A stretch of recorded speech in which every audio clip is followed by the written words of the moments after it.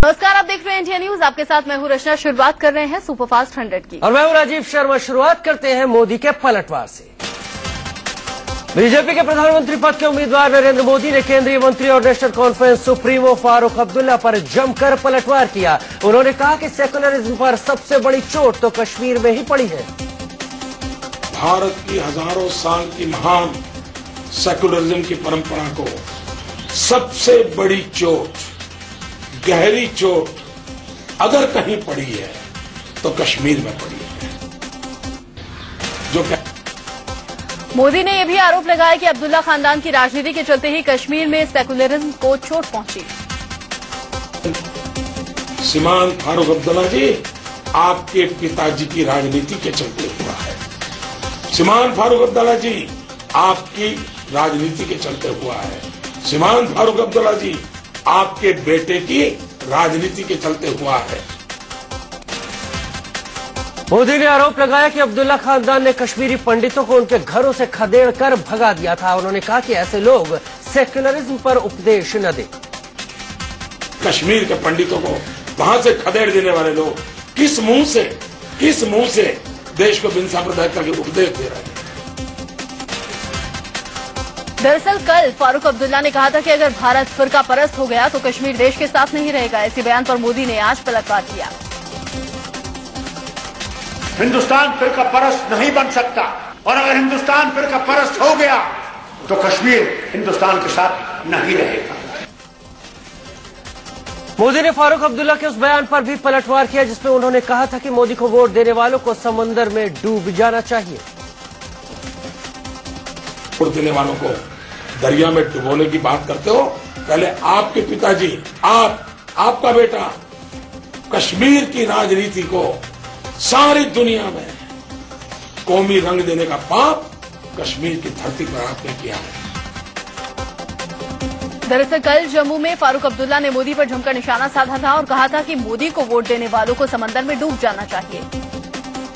अरे जो मोदी को वोट देगा उसको समंदर के अंदर डूब जाना चाहिए। अरे जो मोदी को वोट देगा उसको समंदर के अंदर डूब जाना चाहिए। नरेंद्र मोदी के ममता बनर्जी पर हमले के जवाब में तृणमूल कांग्रेस के नेता डेरेक ओब्रायन ने विवादित बयान दिया है। उन्होंने मोदी को गुजरात का कसाई बता दिया। The butcher of Gujarat airdropped into Bengal. He has no answers to Bengal's development model, so instead he's indulging in personal unsubstantiation attacks. Derek O'Brien के इस बयान पर बीजेपी ने पलटवार किया है। बीजेपी नेता रविशंकर प्रसाद ने कहा कि बंगाल में मोदी की बढ़ती लोकप्रियता से घबराकर टीएमसी आपत्तिजनक बयान दे रही है। आज नरेंद्र मोदी और बीजेपी की ओर वो आशाभरी निगाहों से देख रहे हैं, तो इससे तृणमूल कांग्रेस परेशान है। फिर भी ऐसी भाषा का प्रयोग उचित नहीं है, हम इसकी भर्त्सना करते हैं। दरअसल नरेंद्र मोदी ने कल पश्चिम बंगाल की मुख्यमंत्री ममता बनर्जी पर खुलकर निशाना साधा था और कहा था कि ममता ने बंगाल को वोट बैंक का सूबा बना दिया है। उनके लिए बिहारी बाहरी है, जबकि बांग्लादेशियों के आने से उनका चेहरा चमक जाता है। उधर ममता बनर्जी पर निशाना साधने वाले मोदी पर कांग्रेस महासचिव दिग्विजय सिंह ने पलटवार किया है। उन्होंने ट्वीट कर कहा कि जो शिक्षा मोदी ममता को बिहारी और बाहरी लोगों के बारे में बता रहे हैं, बारे में दे रहे हैं, वो राज ठाकरे और उद्धव ठाकरे को क्यों नहीं देते। यूपी के कैबिनेट मंत्री ओम प्रकाश सिंह ने भी नरेंद्र मोदी पर विवादित बयान दिया है। उन्होंने कहा कि मोदी खून के समंदर में नहा चुके हैं।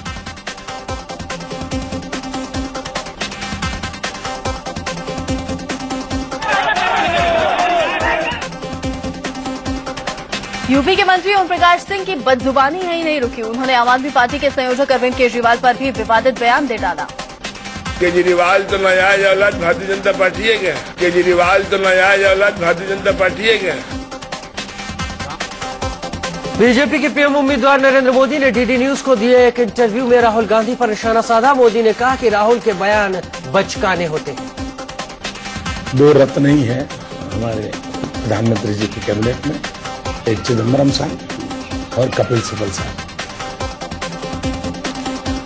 मोदी ने मनमोहन सरकार के मंत्रियों पर भी निशाना साधा। मोदी ने कपिल सिब्बल और चिदम्बरम को सबसे बड़ा झूठा बताया।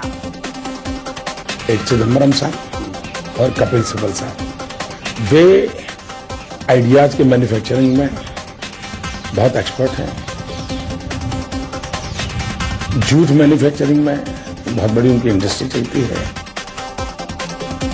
वहीं गुजरात के विकास पर भी नरेंद्र मोदी बोले। मोदी ने कहा कि गुजरात का विकास मेरी नहीं गुजरातियों की देन है।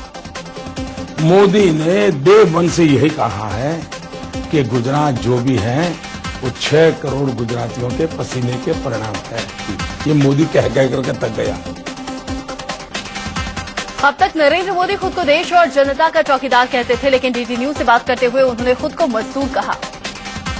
तो मेरी जिंदगी तो मजदूर की जिंदगी है। तो आगे वाले दिनों में भी जब तक ये शरीर मदद करे मजदूर की तरह ही जीना है और हिंदुस्तान का मजदूर नंबर 1 कहलाने का मुझे आनंद हो रहा है। मोदी ने अपनी बातचीत में इशारों के जरिए पाकिस्तान को भी चेतावनी दी। मोदी ने कहा कि जब हमारी सरकार बन जाएगी तो पाकिस्तान को पता चल जाएगा। सीमा पर अगर फिर इस तरह की घटनाएं हो जाती हैं, क्योंकि पाकिस्तान में एक तबका है जो नहीं चाहता कि भाई इस तरह के संबंध अच्छे हों। उनको समझ आ जाएगा कि सरकार के समय क्या व्यवहार करना, तो पता चल जाएगा। नरेंद्र मोदी को बेस्ट पीएम मानने के सवाल पर बीजेपी के वरिष्ठ नेता लालकृष्ण एक बार फिर से हिचकिचाते हुए नजर आए। इंडिया न्यूज को दिए गए खास इंटरव्यू में बेस्ट पीएम के लिए वो अटल बिहारी वाजपेयी की तरफ इशारा करते हुए नजर आए। Modi government would be the best ever government also, मानेंगे? That I cannot say. I would always say जो मैंने आपने अटल जी के लिए कहा। आडवाणी ने कहा कि बीजेपी को चुनाव में जीत को लेकर ओवर कॉन्फिडेंस में नहीं रहना चाहिए। उन्होंने कहा कि हवा में नहीं बल्कि जीत का सही और ठोस गणित लगाना चाहिए। मैं सवाल पूछता हूं आज अपने लोगों से, तो मैं ये सवाल नहीं पूछता हूं कि कितनी सीटें आएंगी क्या आएंगी। मैं उनको कहता हूं कि ऐसा तो नहीं कि हमको ओवर कॉन्फिडेंस हो रहा है। लालकृष्ण आडवाणी ने कहा कि इस बार कांग्रेस की सरकार आने का तो सवाल ही पैदा नहीं होता। खुद कांग्रेस वाले भी ये बात जानते हैं। मिलेगा ही नहीं ऐसा जो कहे कि इस बार कांग्रेस पार्टी की सरकार फिर से आने वाली है। ईमानदारी की बात करो तो कांग्रेस वाला भी नहीं कहेगा, वो भी संकोच करता है। चुनाव के बाद बीजेपी की सरकार आने पर आडवाणी ने अपने रोल को लेकर कहा कि पार्टी उनकी जो भूमिका तय करेगी वो उसके लिए तैयार है। 2014 के चुनाव के बाद अपना किस तरह का रोल फोर्सी करते हैं आप खुद? मैं कोई फोर्सी नहीं करता हूं, मुझे नहीं पता। पार्टी जो मुझे कहेगी वो मैं करूंगा। विवादित बयान देने वाले बीजेपी नेता गिरिराज सिंह को झटका लगा है। झारखंड के बोकारो कोर्ट ने उनकी अग्रिम जमानत अर्जी को खारिज कर दिया है और अर्जी खारिज होने के बाद उन पर गिरफ्तारी की तलवार लटक गई है। नरेंद्र मोदी को वोट न भेजने वालों को पाकिस्तान भेजने की बात कहने वाले गिरिराज सिंह के खिलाफ बोकारो कोर्ट ने गिरफ्तारी वारंट जारी किया था। झारखंड पुलिस उन्हें गिरफ्तार करने के लिए पिछले दिनों उनके आवास पर भी गई थी, लेकिन वो नहीं मिले। योग गुरु बाबा रामदेव ने आरोप लगाया है कि दबाव में चुनाव आयोग उनकी सभाएं और योग शिविर रद्द करवा रहा है। राहुल गांधी पर दिए गए विवादित बयान के बाद बाबा रामदेव पर चुनाव आयोग ने सख्ती दिखाई थी। उधर विवादित बयान के चलते योग गुरु बाबा रामदेव के खिलाफ जयपुर के ज्योतिनगर थाने में एफआईआर दर्ज की गई है। दरअसल बाबा रामदेव ने कहा था कि राहुल गांधी दलित बस्तियों में हनीमून मनाने जाते हैं। इसके विरोध में दलित समाज ने केस दर्ज करवाया है। जयपुर में कांग्रेस के अनुसूचित जाति विभाग के कार्यकर्ताओं ने बाबा रामदेव का पुतला फूंकने की कोशिश की, लेकिन अनुमति नहीं होने की वजह से पुलिस ने पुतला नहीं फूंकने दिया। इसके बाद कार्यकर्ताओं ने रामदेव के खिलाफ नारेबाजी की। कर्नाटक की राजधानी बेंगलुरु में भी बाबा रामदेव के खिलाफ जोरदार प्रदर्शन हुआ। यहां कांग्रेस कार्यकर्ताओं ने पोस्टर बैनर लेकर बाबा रामदेव के खिलाफ जमकर नारेबाजी की। बाबा रामदेव के खिलाफ देश भर में विरोध प्रदर्शनों का दौर जारी है। यूपी के संभल और पंजाब के लुधियाना में लोगों ने बाबा रामदेव के खिलाफ विरोध प्रदर्शन किया। बाबा रामदेव ने राहुल गांधी को दलित समाज से जोड़कर आपत्तिजनक बयान दिया था। सोनिया गांधी के दामाद रॉबर्ट वाड्रा पर निशाना साधते हुए बीजेपी ने अब नया चुनावी पोस्टर जारी किया है। इस पोस्टर में लिखा गया है कि दा से दामाद नहीं, दा से देश होना चाहिए। बीजेपी ने पूछा है कि आखिर रॉबर्ट वाड्रा के मुद्दे पर उठाए गए सवाल पर सोनिया गांधी और राहुल गांधी ने अब तक जवाब क्यों नहीं दिया है। कल ही बीजेपी ने रॉबर्ट वाड्रा को लेकर 6 मिनट का एक फिल्म जारी की थी। बीजेपी प्रवक्ता निर्मला सीतारमण ने कहा कि कांग्रेस का ये कहना गलत है कि सुप्रीम कोर्ट ने रॉबर्ट वाड्रा के जमीन सौदे के मामले को खारिज कर दिया है। दरअसल कल बीजेपी ने कांग्रेस अध्यक्ष सोनिया गांधी के दामाद रॉबर्ट वाड्रा की जमीन सौदे को लेकर फिल्म जारी की थी और सोनिया गांधी और राहुल गांधी से पूछा था कि आखिर वाड्रा को किसने मदद की, जिसके चलते उनकी संपत्ति 1 लाख से 300 करोड़ तक पहुंच गई। हालांकि कल ही पति रॉबर्ट वाड्रा के बचाव में प्रियंका गांधी आई थी और कहा था कि चुनाव से पहले बीजेपी चूहों की तरह बौखला गई है और ऐसे आरोप लगा रही है। बौखलाए हुए चूहों की तरह दौड़ रहे हैं। मुझे मालूम था कि चुनाव के 1-2 दिन पहले इनके झूठों का सिलसिला दोहराया जाएगा। इसमें कुछ नया नहीं है और इनको करने दीजिए। जितना करेंगे उतना, जितना करना चाहें करें। मैं इनसे नहीं डरती हूँ। कल प्रियंका गांधी ने नरेंद्र मोदी का नाम लिए बगैर कहा कि देश चलाने के लिए 56 इंच का सीना नहीं, दरिया दिली की जरूरत है। प्रियंका ने मोदी को निशाने पर लेते हुए कल ये भी कहा कि देश चलाने के लिए गुरूर नहीं बल्कि नैतिक शक्ति की जरूरत होती है। प्रियंका गांधी के हमले पर पहली बार नरेंद्र मोदी ने मुंह खोला है। मोदी ने पीटीआई को दिए गए इंटरव्यू में कहा कि बेटी, मां और भाई का तो बचाव करेगी ही, उसमें गलत कुछ नहीं है। उन्होंने ये भी कहा कि प्रियंका चाहे तो मुझे कुछ भी कहे, मुझे समस्या नहीं है। कांग्रेस उपाध्यक्ष राहुल गांधी ने पंजाब के बठिंडा में बादल सरकार पर जमकर निशाना साधा। राहुल ने भ्रष्टाचार के मुद्दे पर मोदी को घेरते हुए कहा कि मोदी आते हैं और कहते हैं कि वो भ्रष्टाचार के खिलाफ हैं। उन्हें पंजाब, कर्नाटक, छत्तीसगढ़, एमपी में भ्रष्टाचार नहीं दिखता क्या? कानपुर में बीजेपी के उम्मीदवार मुरली मनोहर जोशी ने रोड शो किया। रोड शो के जरिए जोशी लोगों से रूबरू हुए। वडोदरा में कांग्रेस के स्टार प्रचारक राज बब्बर और नगमा ने अपने उम्मीदवार मधुसूदन मिस्त्री के लिए चुनाव प्रचार किया। मधुसूदन मिस्त्री वडोदरा से बीजेपी के पीएम कैंडिडेट नरेंद्र मोदी के खिलाफ चुनाव लड़ रहे हैं। कानपुर में फिल्म अभिनेत्री और कांग्रेस के स्टार प्रचारक नगमा ने कांग्रेस उम्मीदवार श्री प्रकाश जायसवाल के लिए रोड शो किया। अमृतसर से कांग्रेस उम्मीदवार captain Amarinder Singh road show के जरिए लोगों से रूबरू हुए। अमरिंदर सिंह बीजेपी के अरुण जेटली के खिलाफ चुनाव लड़ रहे हैं। अमेठी में बीजेपी के पूर्व अध्यक्ष नितिन गडकरी ने बीजेपी उम्मीदवार स्मृति ईरानी के समर्थन में रोड शो किया। गडकरी ने कहा कि युवाओं के लिए यहाँ कोई रोजगार नहीं है। 7वें चरण की वोटिंग के लिए आज शाम 5 बजे चुनाव प्रचार का शोर थम जाएगा। 9 राज्यों की 89 सीटों के लिए 30 अप्रैल को मतदान होना है। 7वें चरण के मतदान में आंध्र प्रदेश की 17 सीटों पर 30 अप्रैल को चुनाव होगा। साथ ही बिहार की 7 सीटें और इसके अलावा गुजरात की सभी 26 सीटों पर 30 अप्रैल को वोट पड़ेंगे। 30 अप्रैल को पंजाब की 13 सीटों के लिए भी मतदान होना है। साथ ही उत्तर प्रदेश की 14 संसदीय सीटों पर भी इस दिन वोट डाले जाएंगे। इसके अलावा पश्चिम बंगाल की 9 सीटों पर भी 30 अप्रैल को वोट पड़ेंगे। इसके अलावा 30 अप्रैल को जम्मू कश्मीर की 1 सीट श्रीनगर पर मतदान होगा। साथ ही केंद्र शासित प्रदेश दमन और दीव की 1 सीट और दादर नागर हवेली की भी 1 सीट पर वोटिंग होगी। वडोदरा से नरेंद्र मोदी, रायबरेली से कांग्रेस अध्यक्ष सोनिया गांधी की किस्मत का फैसला भी 30 अप्रैल को ही ईवीएम में बंद हो जाएगा। कांग्रेस उपाध्यक्ष राहुल गांधी कल उत्तराखंड के दौरे पर रहेंगे। वो गोचर, अल्मोड़ा और काशीपुर में चुनावी रैलियों को संबोधित करेंगे। बीजेपी के पीएम कैंडिडेट नरेंद्र मोदी 2 मई को फैजाबाद आएंगे और यहां एक जनसभा को संबोधित करेंगे।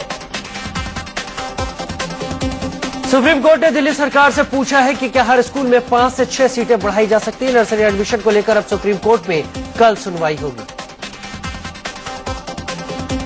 सुप्रीम कोर्ट ने नर्सरी एडमिशन को लेकर सुनवाई के दौरान ये भी कहा कि जैसे खेल की शुरुआत के बाद खेल के नियम नहीं बदले जा सकते, वैसे ही दाखिला प्रक्रिया शुरू होने के बाद नियम नहीं बदले जा सकते।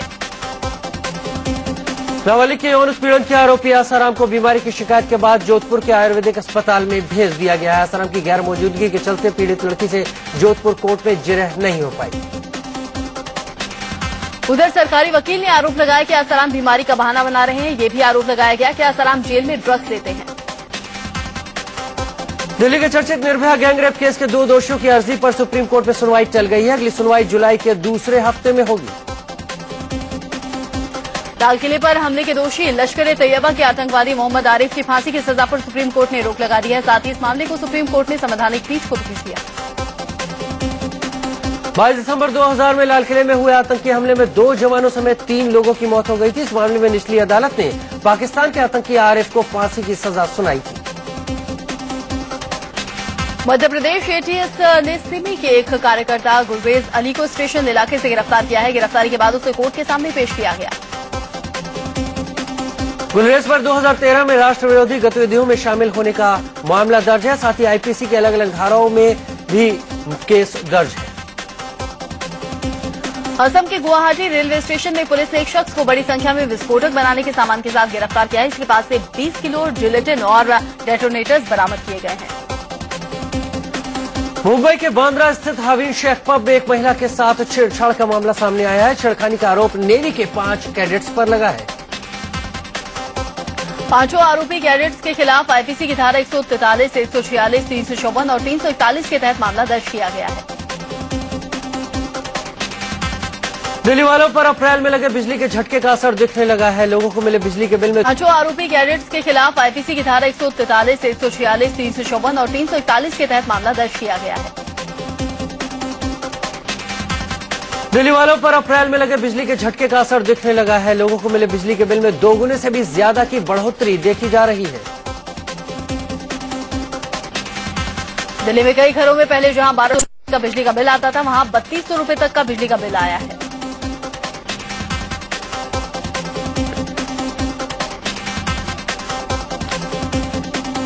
तो सुपरफास्ट 100 में वक्त है एक छोटे से ब्रेक का। हाजिर होते हैं कुछ ही देर में। हरियाणा के बहादुरगढ़ में रेलवे स्टेशन पर एक लड़के का हाई वोल्टेज ड्रामा देखने को मिला। युवक स्टेशन पर खड़ी मालगाड़ी की छत पर चढ़ गया और हाई टेंशन तार छूने की कोशिश करने लगा। तेल से भरी मालगाड़ी की छत पर चढ़कर हंगामा करने वाले युवक को काफी मशक्कत के बाद लोग पकड़कर नीचे लाए। दिल्ली सटे गाजियाबाद में आग ने झुग्गियों पर कहर बरपाया। साहिबाबाद इलाके में सुबह सुबह लगी भीषण आग ने सैकड़ों झुग्गियां जलाकर खाक कर दी। आग की चपेट में आकर कई लोग झुलस रहे हैं। सभी को अस्पताल पहुंचाया गया है। नोएडा सेक्टर 58 के कनावनी गांव में जमीन विवाद में 2 गुटों के बीच फायरिंग हो गई। इसमें 4 लोग जख्मी हो गए। मध्य प्रदेश के पन्ना टाइगर रिजर्व में भीषण आग लग गई। आग तेजी से जंगल के अंदर की तरफ बढ़ रही है। आगरा के बेलनगंज इलाके में कपड़ों की दुकान में आग लगने से हड़कंप मच गया। 2 मंजिला इस इमारत में दुकान में लगी आग पर काबू पाने में दमकल कर्मियों के पसीने छूट गए। जिस दुकान में आग लगी उसके अगल बगल में भी कई दुकानें थी। आग फैलती जाती तो बड़ा हादसा हो सकता था, लेकिन गनीमत रही कि आग पर वक्त रहते काबू पा लिया गया। दिल्ली के जगतपुरी इलाके में दिन दहाड़े पुलिस और बदमाशों के बीच हुई मुठभेड़ से सनसनी फैल गई। मुठभेड़ के दौरान पुलिस ने एक बदमाश को पकड़ने के लिए कामयाबी हासिल की, जिसके पास से पिस्टल बरामद की गई है। दिल्ली में एक शख्स ने अपनी चचेरी बहन की चाकू मारकर हत्या कर दी।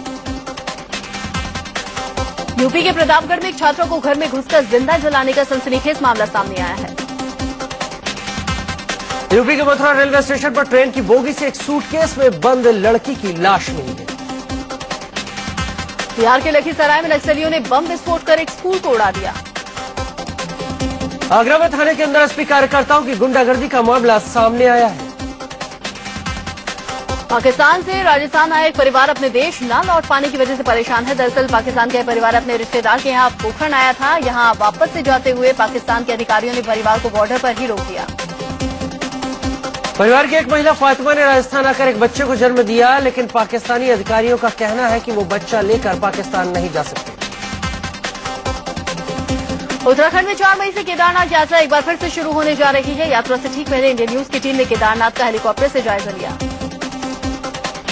केदारनाथ मंदिर प्रबंधन और प्रशासन ने यात्रा की तैयारी तेज कर दी है। मंदिर और आसपास के इलाकों से बर्फ हटाई जा रही है। सोमवती अमावस्या के मौके पर उज्जैन में शिप्रा नदी के रामघाट पर श्रद्धालुओं ने आस्था और स्नान कर पितरों की पूजा की। उत्तराखंड के चमोली में बर्फ की वादियों में एक साधु तपस्या कर रहा है। बद्रीनाथ के कपाट खुलने से पहले वहां कोई परिंदा भी पर नहीं मारता। IPL 7 में आज सिर्फ एक ही मैच है। मुकाबला किंग्स 11 पंजाब और रॉयल चैलेंजर्स बेंगलुरु के बीच है। कल IPL के मैच में चेन्नई सुपर किंग्स से सनराइजर्स हैदराबाद को 5 विकेट से मात दे दी। चेन्नई सुपर किंग्स की जीत के हीरो रहे जे स्मिथ, जिन्होंने धमाकेदार हाफ सेंचुरी बनाई। ऑस्ट्रेलिया के पूर्व कप्तान रिकी पोंटिंग को मुंबई इंडियंस का सलाहकार बनाया गया है। ड्वेन ब्रावो के बाद अब निक मेडिसन और नाथन कोल्टर नायब भी चोटिल होने के कारण IPL से बाहर हो गए हैं। कारगिल में जंग को लेकर बड़ा खुलासा हुआ है। अमेरिका में तत्कालीन पाक राजदूत रियाज खोकर ने खुलासा किया है कि कारगिल युद्ध के दौरान अमेरिका ने इस्लामाबाद को संदेश भेजा था कि भारत पागल हुआ जा रहा है। जिन क्षेत्रों पर आपने कब्जा किया है वहां से हट जाएं। कराची एयरपोर्ट पर हमले का शिकार बने पाकिस्तान पत्रकार हामिद बीन ने कहा है कि उन्हें फिर से हमले की धमकियां दी जा रही हैं और देश छोड़ने के लिए कहा जा रहा है। सीरिया में सेना और विद्रोही के बीच जारी जंग के बीच विद्रोहियों ने कई शहरों पर अपना कब्जा जमा लिया है। ताइवान में पुलिस और प्रदर्शनकारियों के बीच में जोरदार झड़प हुई। यहाँ लोग सड़कों पर उतरकर परमाणु हथियारों को बढ़ावा देने के खिलाफ प्रदर्शन कर रहे थे। मुंबई के वर्ली में श्री सत्य साई बाबा की याद में संगीतमय संध्या का आयोजन किया गया। खबर है कि गोविंदा की बेटी नंदा बीते 3 सालों में 30 फिल्में ठुकरा चुकी है। जानकारी नंदा की मां और गोविंदा की पत्नी सुनीता ने दी है। अर्जुन कपूर आलिया भट्ट अभिनीत फिल्म 2 स्टेट्स का धमाकेदार प्रदर्शन जारी है। कंगना रनौत की फिल्म रिवॉल्वर प्राणी को बॉक्स ऑफिस पर वैसा रिस्पांस नहीं मिला जैसी उम्मीद थी। प्रभुदेवा के डायरेक्शन में बन रही फिल्म सिंह इज ब्लिंक का पहला पोस्टर जारी किया गया है। और अभिनेता जैकी श्रॉफ के बेटे टाइगर की डेब्यू फिल्म हीरोपंती का नया गाना रिलीज किया गया है। दीवाने से तेरे